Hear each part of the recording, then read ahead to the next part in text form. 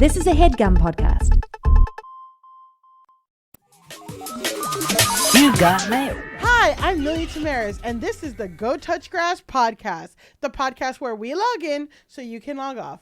Elise and I are two chronically online comedians, and on this pod, we break down the week in internet discourse, viral memes, TikTok trends, and niche influencer drama so that you don't have to. And if you like what you hear today and want to hear more, we got a Go Touch Grass Patreon already up and running with our test episodes, mini trending topics, a weekly newsletter, and our spin-off series, Search History, where we go back in time and break down a viral discourse from the past. Please, please, please don't forget to leave us a 5-star rating and review. Y'all, I did the housekeeping. Be proud of me. And as you noticed, Elise is not here to help me with the housekeeping because she's not here in studio today.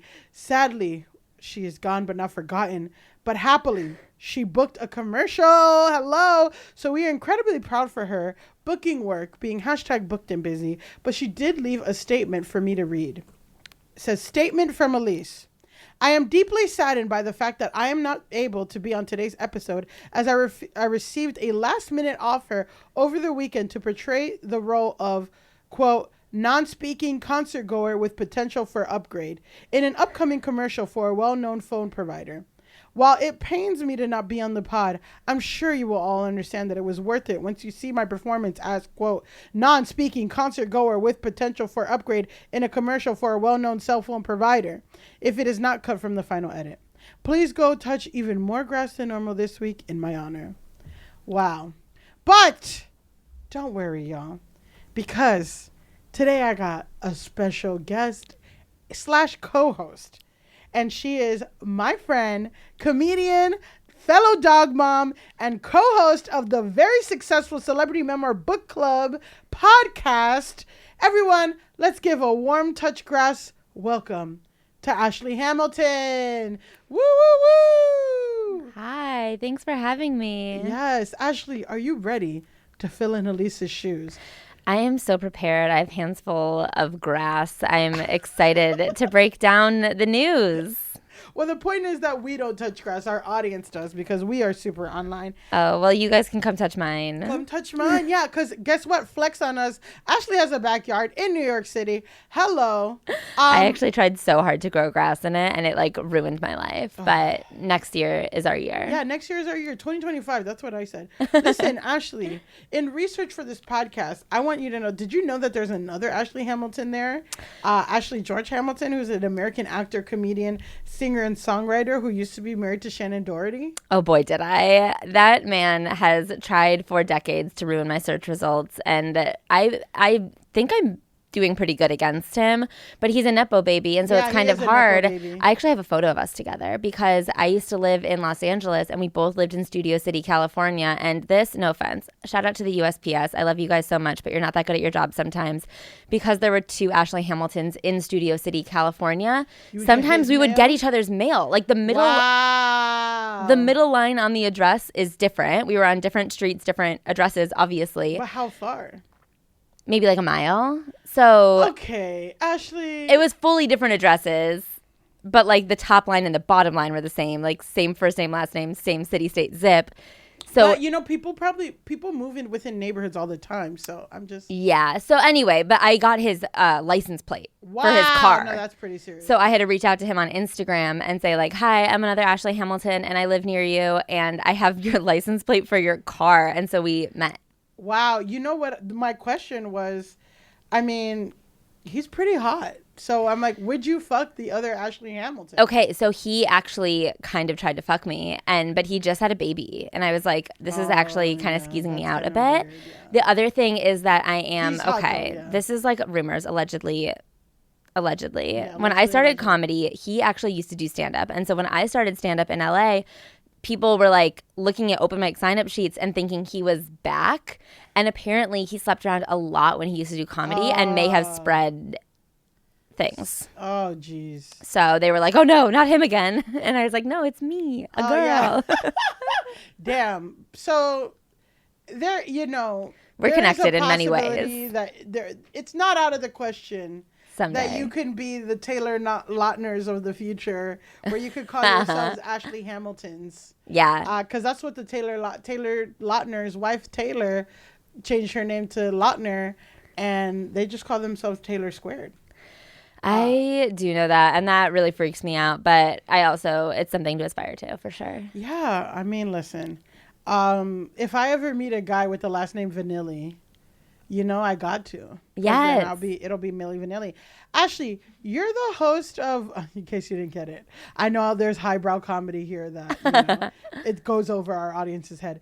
Ashley, you're one of the hosts of Celebrity Memoir Book Club. Like, I really love the podcast. Tell us about the show and how it came to be.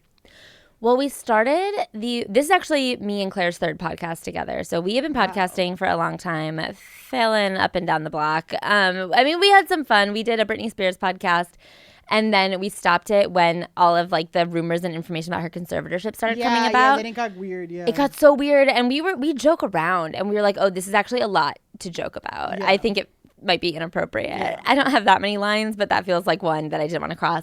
So we didn't. We ended the Taylor Swift. I mean, why did I say Taylor Swift? She's on my mind. Yeah. I can't. They're really trying to insert her in here. Well, we said Taylor Lautner and a lot of Taylors. Yeah, Taylor Swift. So we ended the Britney Spears podcast and we started another podcast that was kind of about friendship and relationships. And then no one listened to that either. Yeah. And we wanted to talk about pop culture again, but we didn't want to get back into another Britney Spears situation. Mm-hmm. And people had been talking a lot about the way that, we kind of like ruined every woman's life for a long time if she was famous. And so then we decided to do celebrity memoirs because these are books that they're putting out about themselves. And so we're not like digging through someone's trash and hypothesizing about them. We're reading the information that they wanted and judging them based off that, the information they wanted us to know. Yeah. I mean, I really like because, I am curious and stuff about celebrity lives and like their stories, but also like, I don't want to read like a million. Like, how many books do you read? So yeah, what I like about your podcast for people who aren't familiar is that every episode you take a different celebrity memoir and you and Claire will recap it and editorialize. And I really liked your Constance episode. I really, again, I listened to the Constance episode right when I met you. Oh, yeah. So I was like, this is so good. The Constance one, the Matthew Perry one, which was before he died, which is like, wow. Like, good that you said it before he died because it was not a good memoir. It was not a good memoir, but people keep on saying, like, do you take back what you said now that he's dead? And I'm like, I think, okay, no offense. Everyone will die. Yeah. Hot take from Ashley. Hot take. Rumor has it. Everyone will die one day. But whether you're dead or not, if you're a misogynist... it's just something I don't like about you. Yeah. And I mean, he clearly did not, respect women as entities. Yeah. Whereas Siobhan said at her dad's funeral in Succession, he couldn't have fit a whole woman in his head. And that was also true about Matthew Perry. Okay, Ashley, in addition to slaying as a podcast, Celebrity Memoir Book Club also slays on TikTok. What do you think was the key to your success on TikTok? Oh, man, I think that we joined at a very interesting time when just like certain trending topics would pop off and you didn't have to be on TikTok Shop to go viral. I mean, that is kind of crazy that they've turned it into like Sky Mall or something, but one thing that's really important is posting different kinds of videos. Like our podcast clips don't always do great unless they're bookended by us just like sharing person to camera takes about pop culture news. Yeah. And I feel like people learning us as people and then seeing the podcast clips and then seeing like vlogs and things like that, I think kind of helps just like vary it and for us to find what people are even liking in that moment, because I think the types of clips that do well vary like week by week, and so having a bunch of different kinds of content to like pick up different types of people who like different things helps a lot. Yeah, okay, so diversify your content. Yeah. That's a great tip. That's solid tip. I'm obsessed. Hell yeah. This is a fucking professional. This is a professional. Of all the memoirists you've read, are there any that you think do social media really well? And also, like, second question, what do you think makes for a good celebrity social media presence? I mean, Julia Fox. Julia Fox, yeah, that is a good. And incredible. You were just talking about her interview, which is I was just talking about how unprofessional I was, and the recording stopped. That's like a tech part thing. of it. I know everything tech issues happen. You weren't unprofessional. You just had a tech issue. That's so true. We're actually so professional. Yeah, you're so professional. But so Julia Fox, continue. Oh yeah, I think she has an incredible social media presence. I think that she does such a good job of just putting things out there and not really caring if people like are, I don't know how to say it. Like, I think that people think that they're a lot smarter than her and they're not. Mm-hmm. And I think she doesn't care. Like, I think that if people are thinking something about her that she doesn't want them to think, instead of like stressing herself out by being like, no, you guys, this is what I meant. She just like keeps on living. And I think that she just like puts things out there, makes an impact, and then keeps on skating by. Yeah. I feel like with her, like that's such a good example because she's someone who's transparent and vulnerable and honest, but not in a way that makes you uncomfortable or you feel like she's oversharing or something, like, which again, you see her little 1-bedroom New York apartment, and I mean, I think she just moved into somewhere fancy. Well, but of course, she should. I mean, everyone was like, "Why do you live in this 1-bedroom apartment?" I mean, honestly, my apartment was nicer than that apartment. But like again, that she showed it, and she showed like, this is where my son. But honestly, he sleeps with me. But also like that's a real New York thing, and like she's a real New Yorker. So I think that like real New York thing, that attitude of like not caring. I mean, that's something, I mean, it's for a different reason why people don't assume.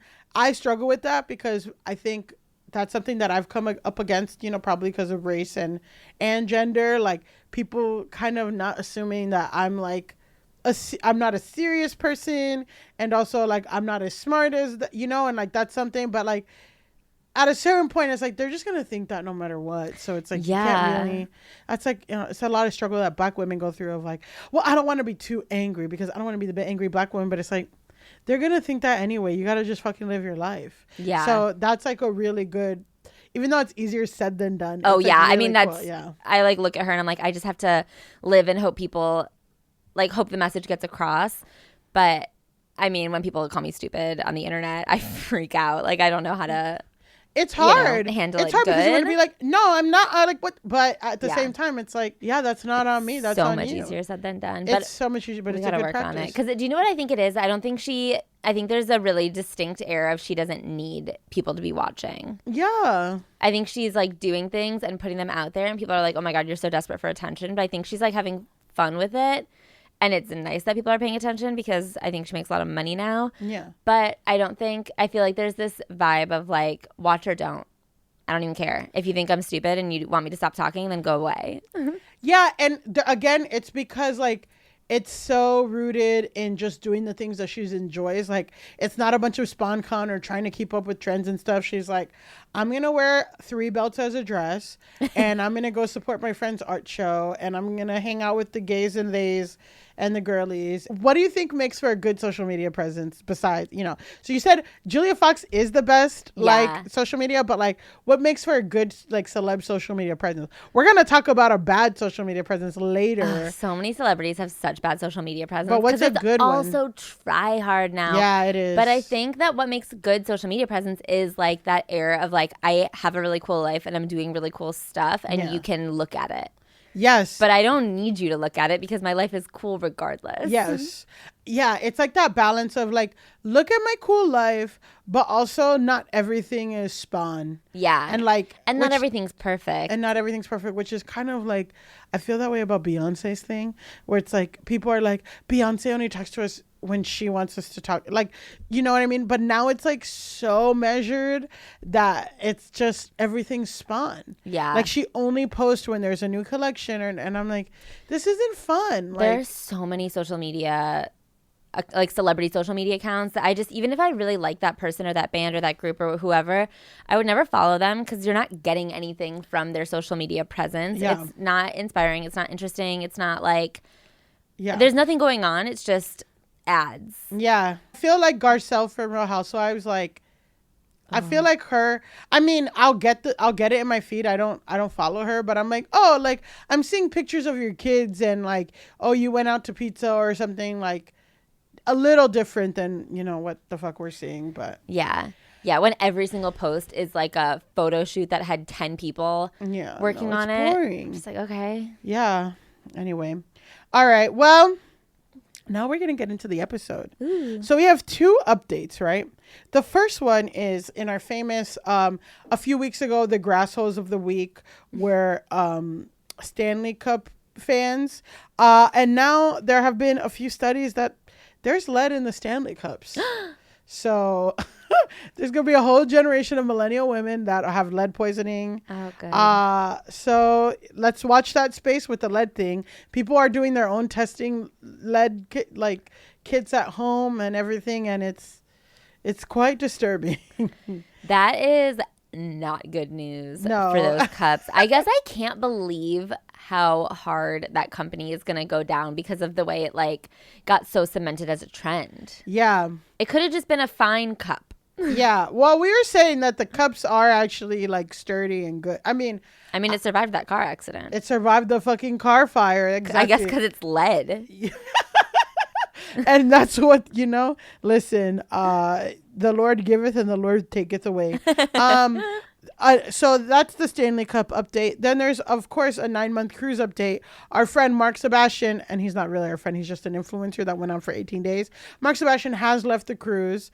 So you can follow his Instagram about like his overall reflections. Very interesting.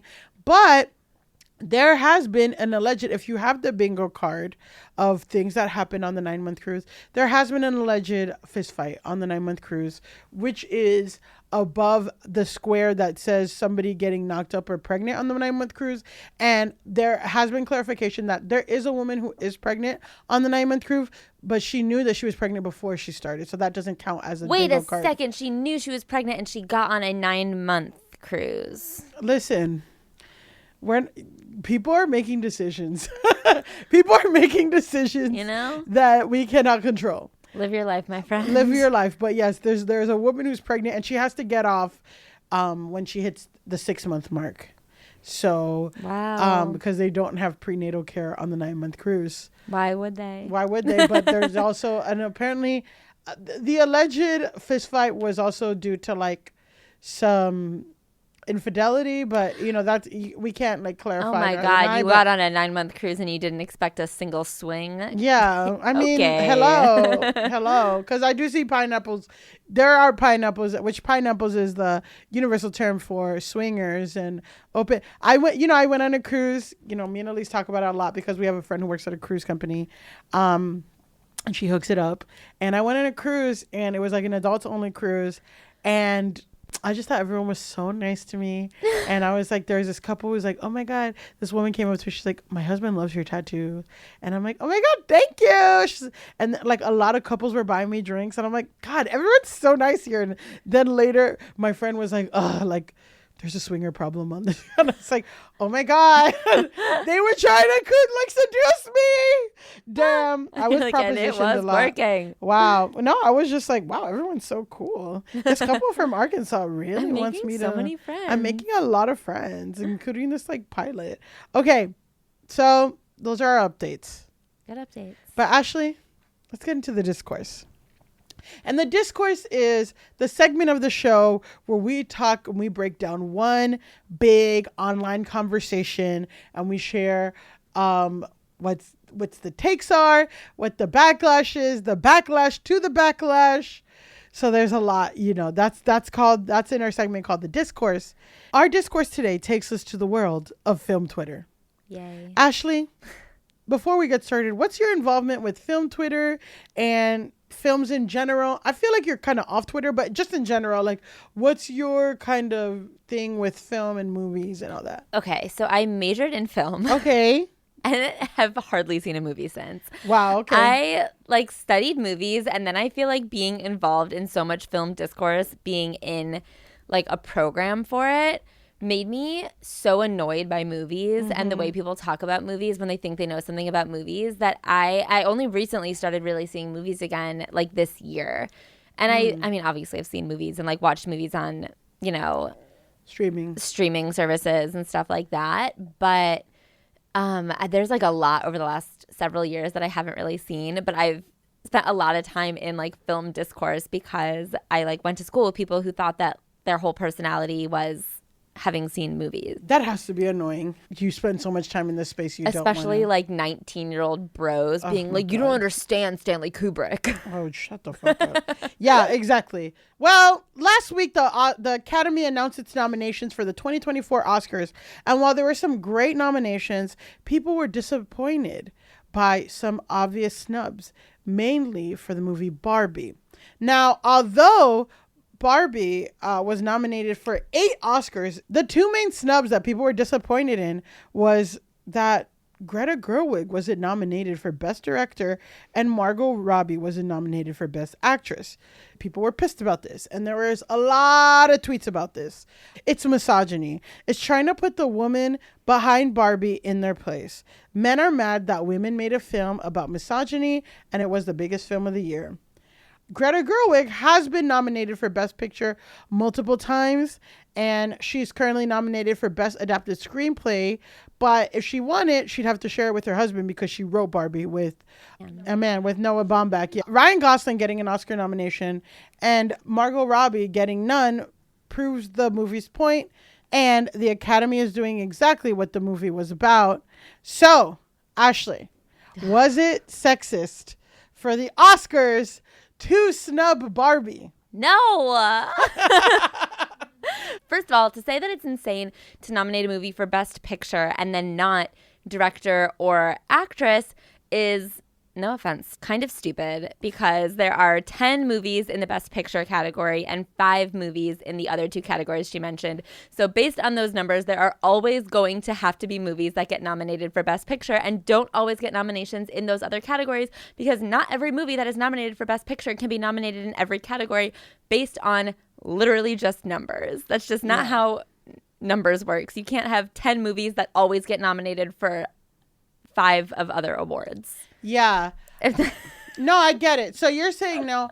I guess I kind of see the argument because Greta Gerwig has been nominated for Best Picture this is like her 3rd time. And I don't even think she's actually made a statement, but I'm like, yeah, I'd kind of be kind of pissed too, but it's not like a snub. Like she is getting recognition in other ways. I guess I feel like this whole thing of like Greta and Margot deserving these awards is so goofy because like you just said, they are getting recognition in other categories. I think that if Margot had been nominated for Best Actress, I wouldn't have been like, oh my God, that makes no sense.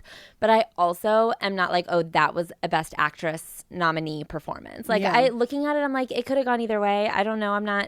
I didn't think it was like the greatest acting I've ever seen in my life, but I also didn't think it was not deserving an award. Of an award or a nomination. Yeah. And the same with the directing. I don't know. I feel like it was overall.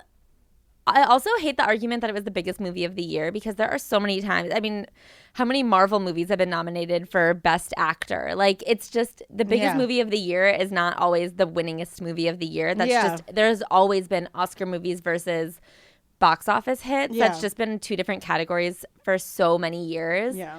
I mean, for all of time, I think. And I personally have been very of the stance that movies should be fun, and it annoys me that Oscar movies have to be so doom and gloom, and then like a movie like Legally Blonde is never going to win an Oscar. Yeah, but they just don't respect comedy either, which is a whole they don't respect comedy. Put a pin in that discourse, but they don't respect comedy. They don't respect women. They don't respect fun. Yeah. But I do feel like if we are going to start respecting comedy, women, and fun, I don't think the Barbie movie is the best movie I've ever seen that does comedy, feminism, and joy. It's hard because I do understand, like, on one end, it's kind of the argument with Beyonce, right? Is that Beyonce has never won Album of the Year, but she's won literally every other Grammy, and she has, like, at least almost 30 Grammys, probably, like, in the 20s. Who won the year Lemonade came out? Adele. So it's like it always goes to white people. One year it went to Beck instead the Beyonce self-titled, then one year it went to Taylor Swift, then one year it went to Adele. Like the 3 times that she was nominated. On one end it's like these award shows are stupid. They have no respect. They have this racist, misogynist history. On the other end, it's like, fuck, like what do you have to do to get like album, you know? I know. But the difference with the Beyonce thing is that some of those albums, like, could have totally been album of the year, whereas like Barbie like should have been album of the year. Like they were albums of the year, whereas Barbie, I'm like. But Barbie was movie of the. It fucking made so much money. But that's the thing, is it made so much money. But like, yeah, exactly, it kind of made no sense. Well, yeah, that's an argument.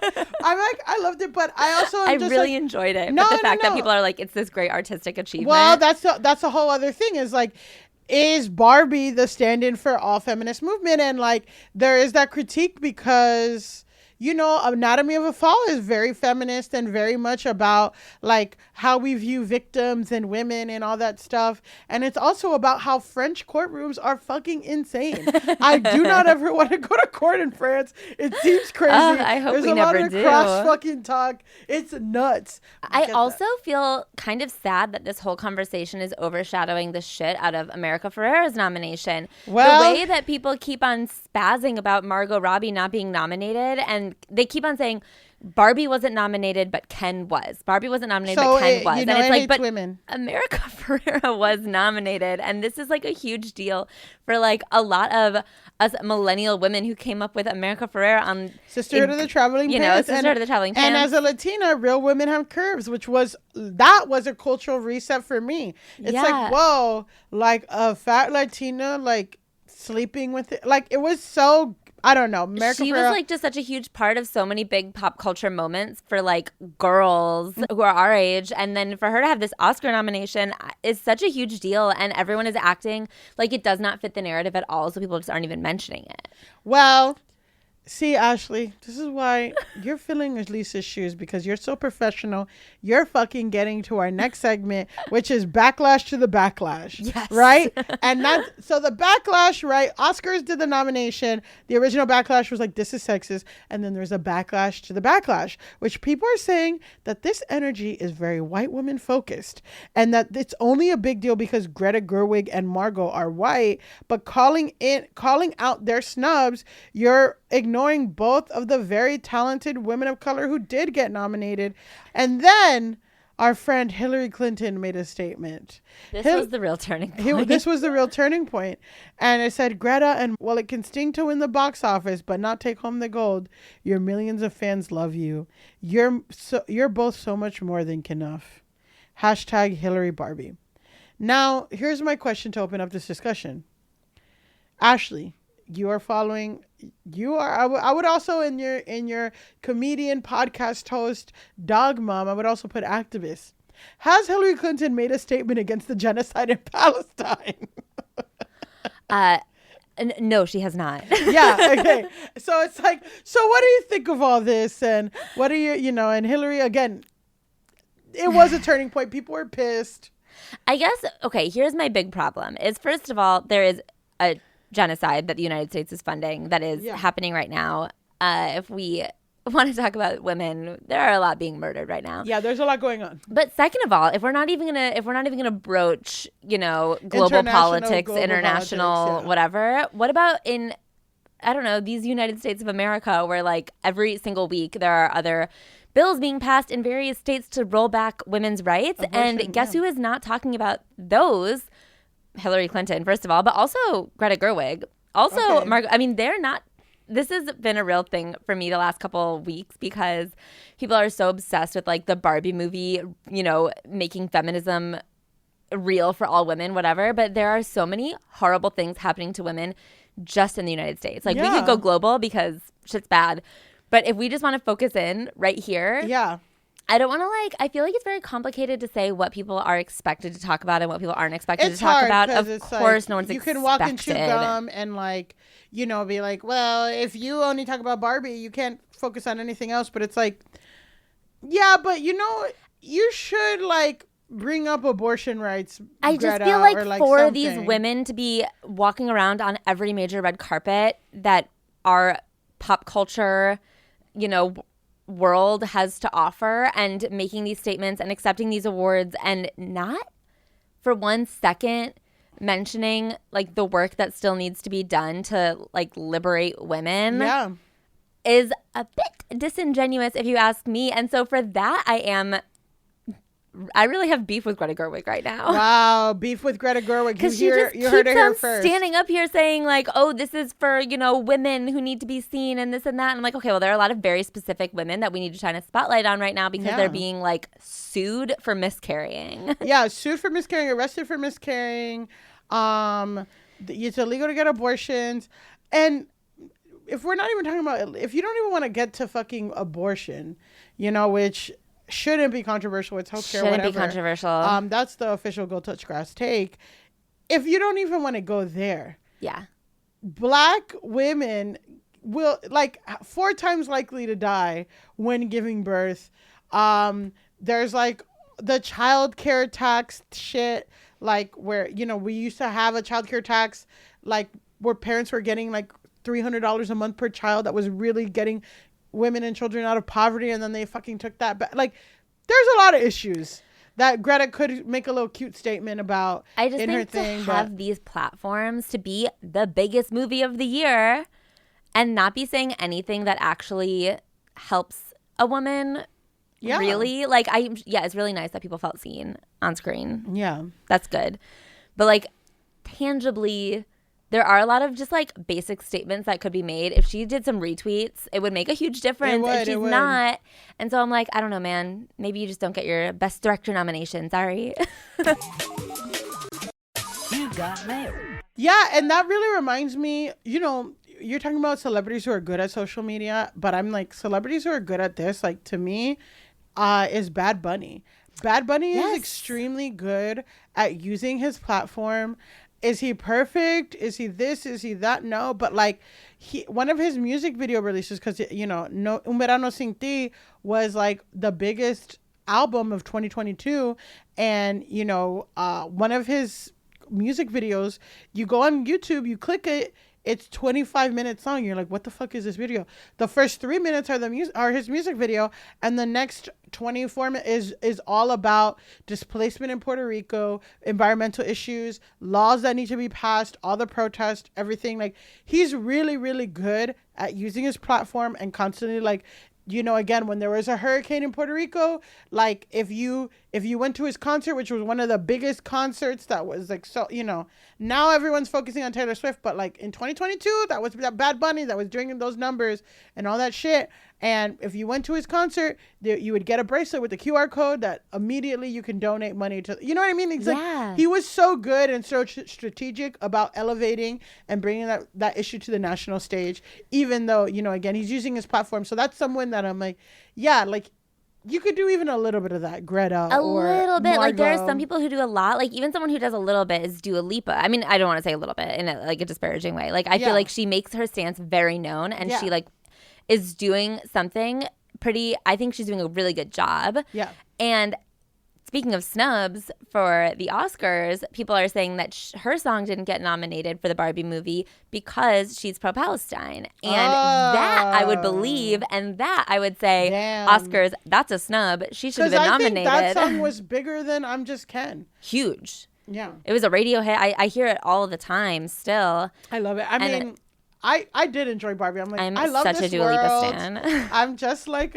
you know, that dance like scene. I was like, shit. Yeah, I know. So it's fucked up. And also, yeah, there's so many pop stars and there's so many pop stars and movie stars and stuff that are able to make a stance, but also do their thing. And she's not. And she's not. And Hillary's not. And Hillary's not. But you know what? I'll say this. America does. America does. America, like, not necessarily about women's issues, but she's out here for Latino. She's trying to greenlight. And this is the shit that kind of bothers me. It's like, I know, because it's fucking hard, because as a Latina, and Elise could tell you too, it's really hard to get anything on. They cancel shows. She directed the season 2 of Gentefied, and she really like puts her chips to like really go for bat for up and coming Latino talent. And her having an Oscar would do so much for that. Whereas, like, what happens if Margot Robbie wins an Oscar? No offense. Like, I like Margot Robbie, but... Well, Australians everywhere can finally be seen. Thank God. H2O, the movie. I need it. I actually love that show. But yeah, exactly. Like, you know, that's the thing is like we talk about a lot, like there is no Taika Waititi or Issa Rae or like cool Latino auteur director person that makes a bunch of movies that elevates like Latinos. And it's not because they aren't trying. Like Eva Longoria, America, there, even Zoe Saldana, like they are trying, but there is no Latino with that much power and pool yet. Yeah. You know? So hopefully this Oscar will help her like keep a fucking thing, like a show about Latino people that isn't about drugs on a streaming platform for more than 2 seasons. Like we'll see, from my lips to God's mouth. And now speaking of God, we're going to cursed content. You love God. Yeah. We're going to cursed content. And this is our segment where we bring content that is cursed. Content that makes us question the very nature of the world around us. And today, our cursed content is the Christian crypto bro scammer.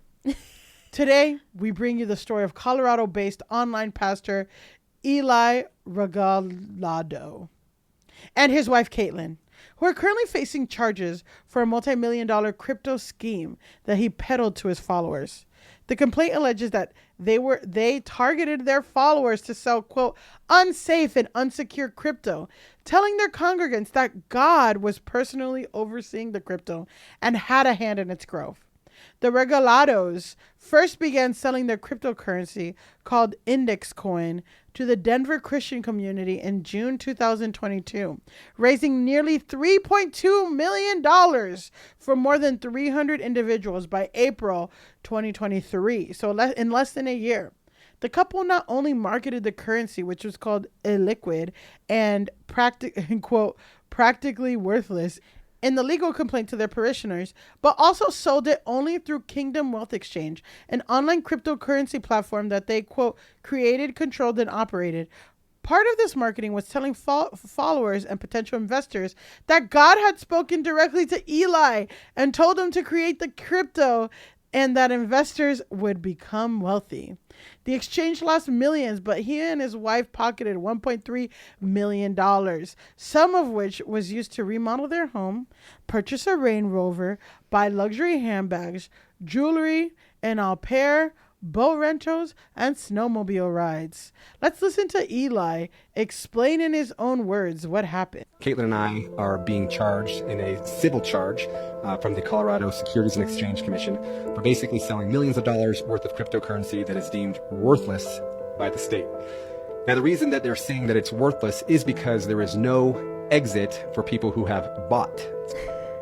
We launched an exchange, the exchange technology failed, things went downhill, and from that point forward, we've just been waiting on the Lord literally for a miracle. So the charges are that Caitlin and I pocketed $1.3 million, and I just want to come out and say that those charges are true. So there's been $1.3 million that's been taken out of, I think it was a total of $3.4 million.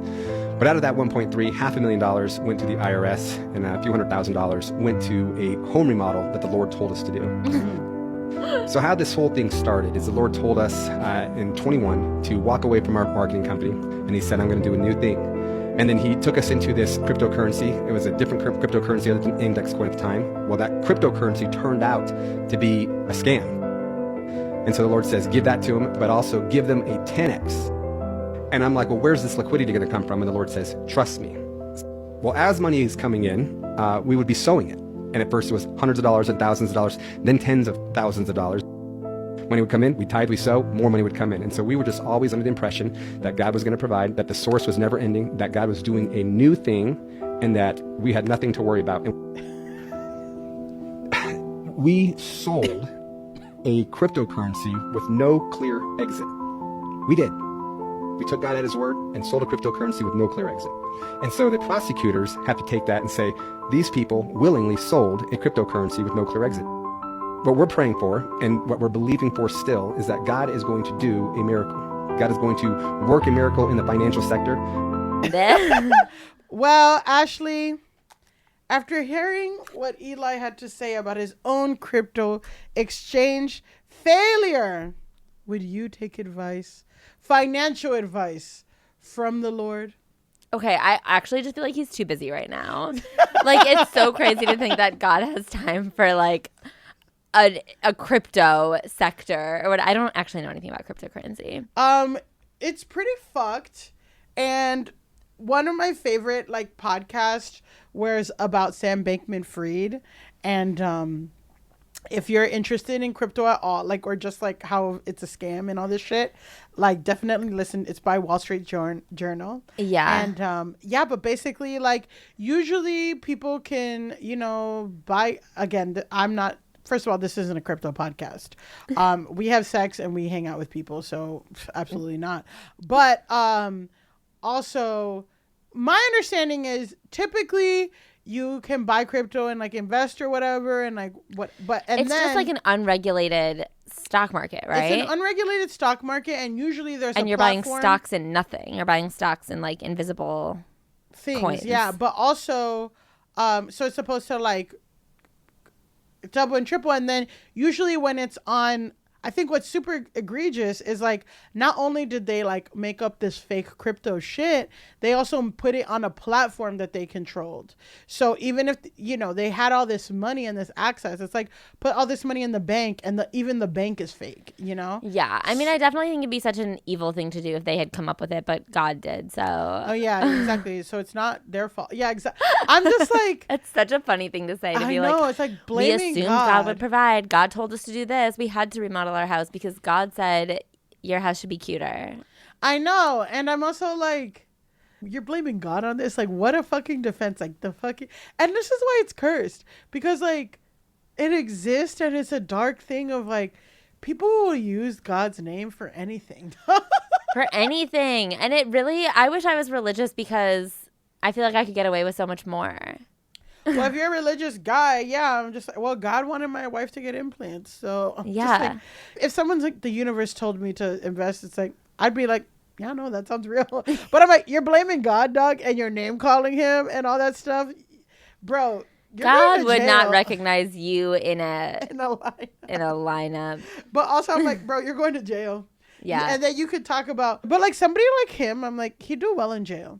It's like Jen Shaw. I'm like, I knew. I'm like, Jen Shaw's going to kill it. Like, she's going to have so much fucking fun. She's going to have so much. And guess what? She's doing amazing abs in jail.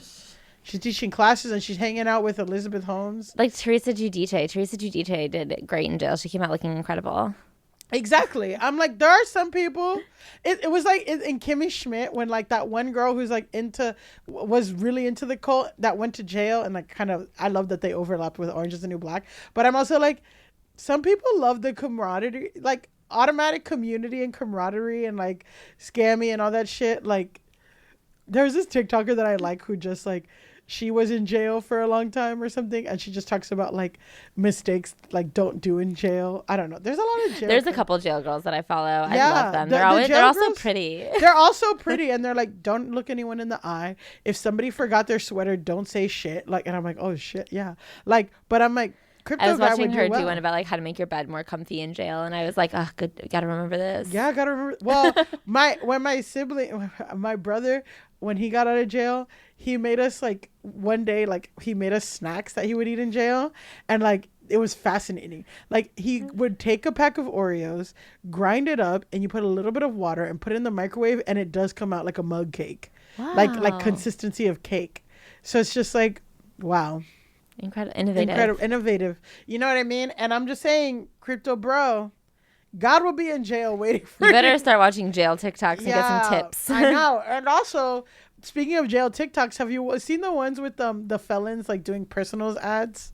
Like, I mean, like, I'm obsessed with them. They're so funny. And like, some of these guys are hot, and they're like, hey guys, I'm in jail for the next year. Like, send me money in my commissary. Let's chat. Like, let's this and that. I'll send you letters and all this stuff. And it goes viral. Like, oh my God. If you look up on TikTok, Idaho jail, like inmates, like whatever, and they put their JPay number, it's like a whole thing. Incredible. So, I hope that when this guy gets sentenced, I hope the judge goes, God spoke to me and requested that you spend the next 5 years in prison. Yeah, I mean, you can this say is his anything. Plan. I know. Like, can you imagine being his kid being like, Dad, God said I could fucking move out, or God said that you have to let me whatever have sex before marriage or whatever. So no crypto advice from God then. I don't think that is okay. Can I say if God is giving crypto advice, I would like to have a word with him or her and say you should work on other stuff right now. There's a lot going on, God. God, bring an Oscar to please. Oscar. God, there's a lot going on. Like Greta Gerwig needs an Oscar. God, are you listening? All right. I get struck by lightning immediately. Stop playing. Put some respect on my name. He's real. Yeah, he's real, bitch. Okay. Speaking of God, Ashley, okay, this brings us to Grasshole of the Week, which is our segment where we declare the person online this week who needs to log off and touch the grass the most. Okay. Sometimes it's loving, like, please go touch grass, Selena Gomez. And sometimes it's not, and you're concerned. Selena Gomez, it feels both to me. Yeah, well, I mean, in a hateful, like, I'm concerned. Yeah, well, the guy who, again, I love the guy who sued 30 women for the Are We Dating the Same Guy Facebook group. That guy, that was a hateful go touch grass. I'm going to say this week's Grasshole was obvious yet controversial. Not because she shouldn't touch grass, but because if you say anything critical of her, her fans are so insane they will literally dox you. Awesome. So I've been monitoring the situation for a while before the events of this weekend. And already I was going to say that Nicki Minaj was going to be Grasshole off rip like last Tuesday. Okay. Because she was already acting up. And what got me to say that is because Nicki Minaj has been feuding with a TikTok account that shares blind items, which is like people leaving anonymous. Could you explain blind items for the audience, actually? Yeah, it's just like, dark web rumors about celebrities. Yes, and that's called blind, and it's like usually anonymous. So there's this one TikTok account that shares blind items, and I guess they shared one about Nicki Minaj. And Nicki Minaj has been leaving hundreds of comments on this woman's TikTok and harassing this poor woman. And I'm just going to play a short clip of this woman who's like completely shocked. So there were so many comments from Nicki Minaj on my most recent post, which confirms that she was calling me an ugly disease in her DMs. And these comments are just as unhinged, and I am not sure what the hell she's talking about. So the first one reads, allegedly close your legs to married men. You are allegedly racist. The second one says, you can't embarrass me because there's nothing you can say that people haven't heard, but now I'll share your alleged tea and the executives funding you. Allegedly, you do drugs with a married executive, allegedly, and God is about to pull you down to the pits of hell until you apologize, allegedly. Allegedly, stop allegedly sleeping with married men, allegedly. Your karma is near. My prophecies are always spot on. Repent, wicked woman. Repent. Okay, so the thing is about this blind item account is that the profile picture on the blind item account is of Ariana Grande. So there are people speculating that Nicki Minaj thinks that Ariana Grande is the one posting these celebrity blind items. And she's running the celebrity blind items TikTok. Because the woman who runs that account, she's like, executives aren't paying me. I'm just doing this TikTok. And then someone's like, no, your Avi, your profile picture on TikTok is of Ariana Grande. And that's why she's saying, like, close your legs to married men and all that stuff, which, clearly Ariana Grande has been doing. Yes. And, but the fact that Nicki Minaj thinks that Ariana Grande is running a celebrity blind item TikTok, she's clearly unwell. She's clearly unwell. I will say the allegedly thing is really funny because in blind items culture, they say allegedly all the time to like avoid getting sued. And so it's like a very blind items culture word. So for Nicki, like that is funny. Yeah, that's funny. So she's unwell. Cracking jokes. She's cracking jokes. But then, so already I was like, Nicki Minaj just lost it. Like she has to go touch grass. Oh, yeah. But then on Friday night, Megan Thee Stallion released a song called Hiss, where she takes multiple shots at people, but doesn't name names. And to be fair, this song is in response to basically a lot of people in the industry, people victim blame her and called her a liar during her legal dispute with Tory Lane, who was recently convicted to 10 years in prison for shooting her in the foot. So a lot of her fellow rappers and other people in the industry, even her best friend, said Megan's a liar. They didn't believe her. They said all this stuff. And this is amongst, like, she recently lost her mother, her grandmother. She was going through it. She was dating someone who was cheating on her. She was having a really hard time. So she came out of it stronger and made this song Hiss. So she released the song at midnight. And then the next morning, she called into the Breakfast Club with Charlemagne. And Charlemagne's like, Megan, who's this song about? And Megan said, it's nothing, like, it's not about anyone particular, but a hit dog's gonna holler, which is a very Texas saying. And oh boy, did a hit dog holler. There's a lyric in the Hiss song that says, these hoes don't be mad at Megan, these hoes mad at Megan's Law. This is apparently, allegedly, a shot at Nicki Minaj, who is married to Kenneth Petty, a documented sex offender whom Nicki seemed adamant in making a part of her public persona.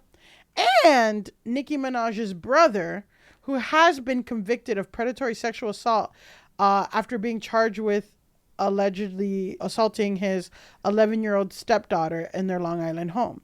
That's Nicki Minaj's background. And also, Nicki Minaj has this reputation of doing things with rappers like Kodak Black, who has been convicted for sexual assault, and Tekashi 6ix9ine. She recently made a song with him, and he has been accused of sexual assault. So she aligns herself with people. And Megan's Law refers to a federal policy that mandates law enforcement to make information on sexual predators public, named after Megan Kanka, a 7-year-old girl in 1994 who was stalked, sexually assaulted, and killed by a neighbor who had already been convicted for child molestation in New Jersey. So basically, after this law called Megan's Law, if you have anything on your record, you have to be in the sexual offender registry. So Megan Thee Stallion said, you're not mad at me, you're mad at Megan's Law. Well, in response, about an hour after that song was released, Nicki Minaj hopped on Instagram Live and started saying all kinds of shit, including teasing a song that has been since released called Bigfoot. And the lyrics are saying, bad bitch, she like 6 foot. I call her Bigfoot. The bitch fell off. I said, get up on your good foot. So again, this is, again, alluding that Megan Thee Stallion is cute because she's tall. That's why she's called the Stallion. That she has big feet, but also making fun of her getting shot in the foot by Tory Lanez, which is kind of ironic because for many, many months, Nicki Minaj said she was lying. So it's like, which one is it? So whatever. If it was just that she made a song in response to Megan Thee Stallion, that would not be why she would be nominated Grasshole. She would be just an asshole. But the thing that made Nicki a Grasshole is that she spent the entire weekend tweeting hundreds of tweets.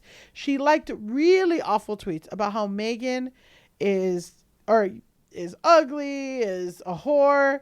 She said that Megan let people have sex with her unprotected for beats.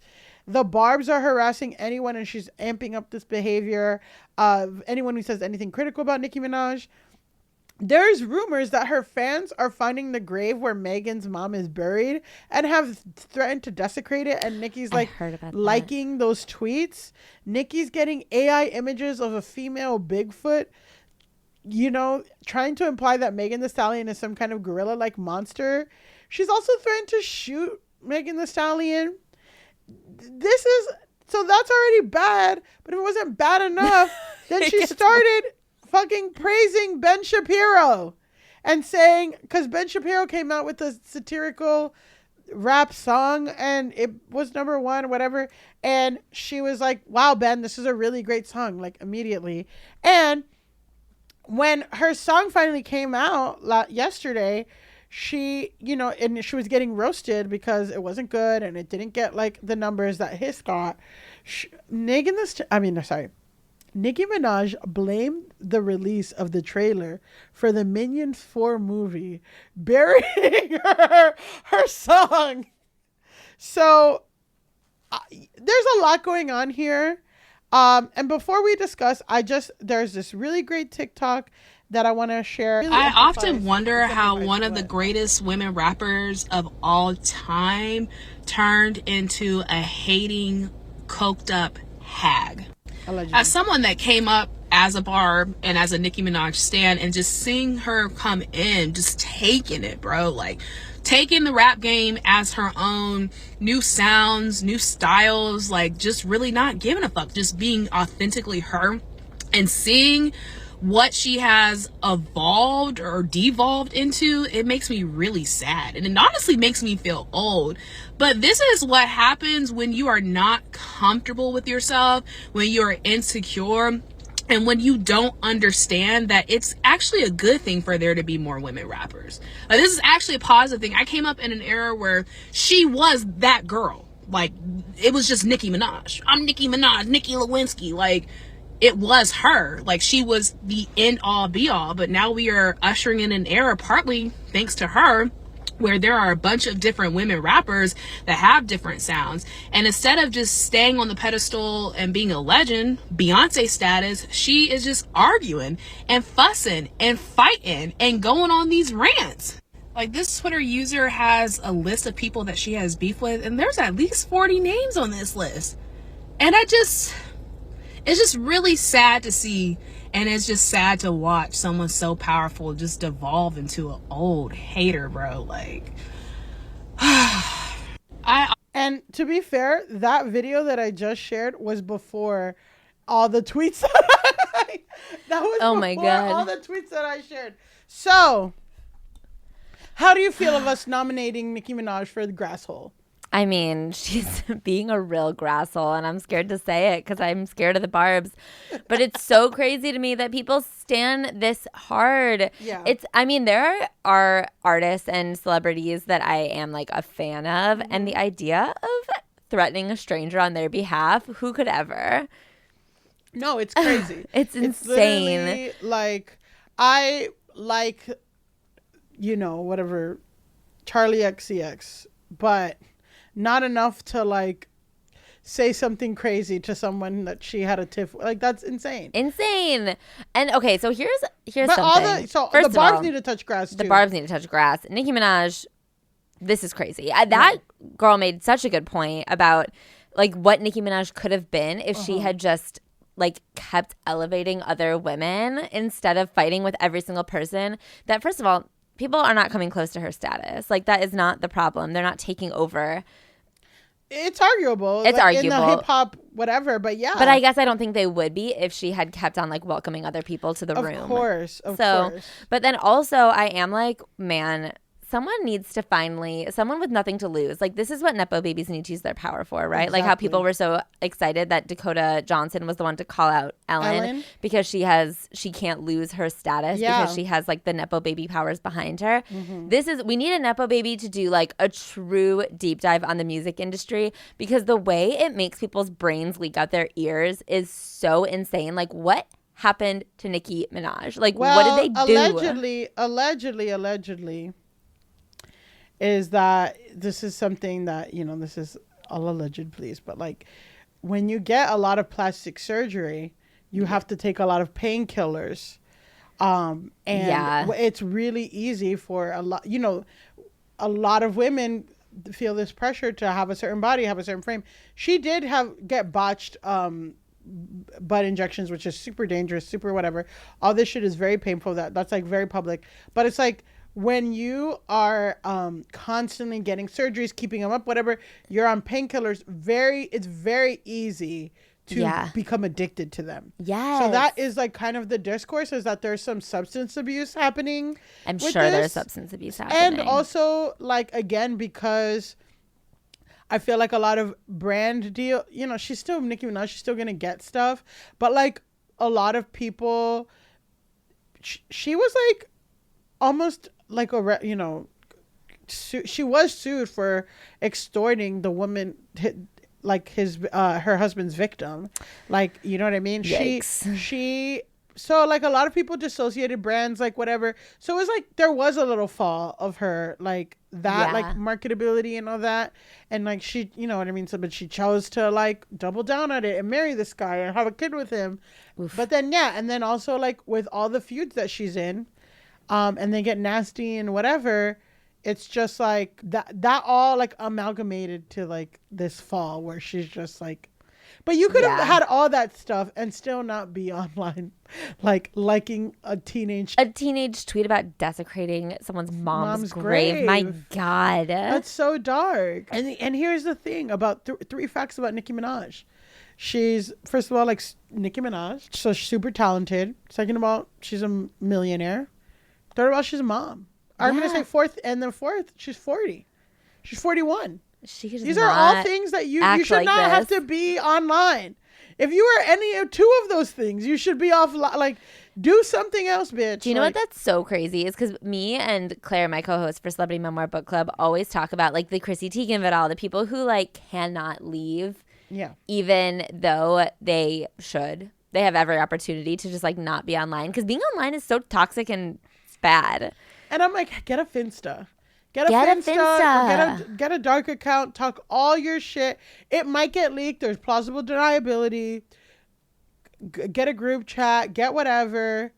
I get it. You know, you feel like, and I feel this way with Cardi B. Like Cardi B has said, and I feel like that's someone who uses the internet really well. But then sometimes it gets like a little bit oversharing. But for the most part, she, you know, I get like her wanting to like fight back or say like, you're not allowed to just say shit to me and get away with it. Yeah. But it's also just like, log off. Like you don't need anybody to be on here for, you know what I mean? And that's the line where it gets to grass hole. It's because Cardi B will post a lot. She'll post an Instagram live calling her baby daddy a piece of shit. But she's not trying to dox Pop Crave for saying, which is what Nicki Minaj has tried to do. She tried to dox Pop Crave and Pop Bass and God. Like all this stuff, and like is like fighting with the Minions movie, like which I was like, I had to verify that because I saw that and I'm like, whatever. But Minions 4 is coming out. Not sure.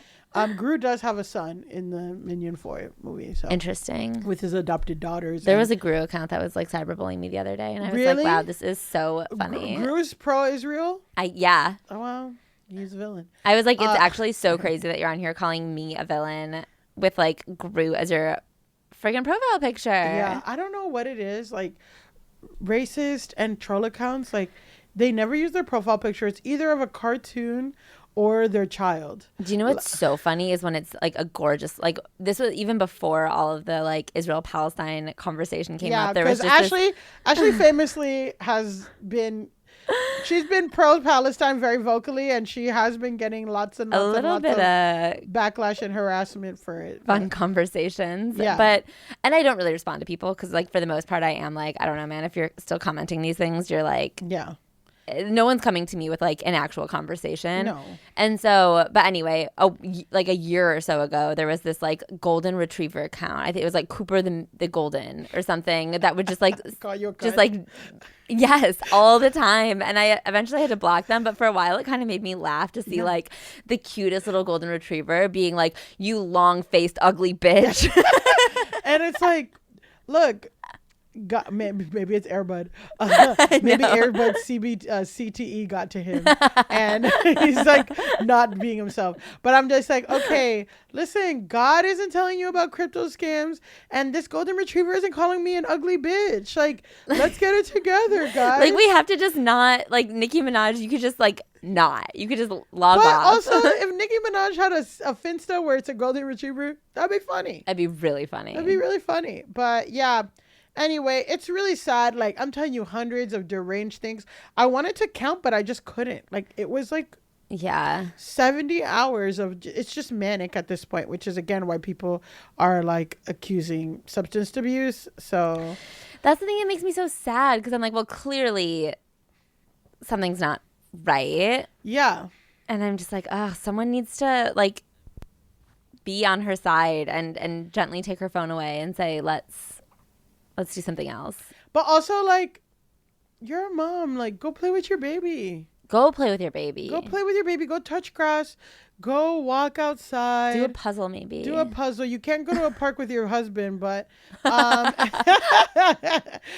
go do something. So anyway, Nicki Minaj, say it with me, Ashley. Go touch grass. Yeah. So again, wow. It's been really crazy. Anyway, Ashley, before we go, tell people where they can find you, where they can follow you, where they can see pictures of your adorable dog, Bug. Oh, she's so beautiful. We are at Ashley Ham with 3 M's on all social media. And then you can listen to Celebrity Memoir Book Club. Yeah, and be sure to follow Ashley Hamilton, the girl. Not Ashley Hamilton, the boy, who, again, is hot. And I feel like, barring the things he spread, he's hot in like a creepy old dude kind of way. Because he is 50. But, and yeah, if you want to follow me, you can follow me at Millie_Tamaris on Instagram and Millie_Tamaris on TikTok, or at Millie Tamaris on Twitter, because I'm still there because I am mentally ill. Elise, you can follow Elise on Instagram at Pandalise, and on TikTok and Elise as Elise Navidad. Be sure to follow us, our podcast at Go Touch Grass Pod on Instagram and TikTok. And if you like this podcast, don't forget to leave us a 5-star rating or review on Spotify, and check out our Patreon for bonus content.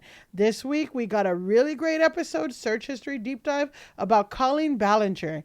And if you want to talk about someone who is cuckoo, and YouTubers and that whole thing, that's pretty freaking crazy. And Elise was very, she said it was karmic retribution for me having to do the Bean Dad episode where I had to read 40 tweets from Bean Dad. That was her karmic retribution for that. So listen to it. And again, until next time, go touch grass. That was a HeadGum podcast. Hi, I'm Caleb Heron, host of the So True podcast, now on HeadGum. Every week, me and my guests get into it, and we get down to what's really going on.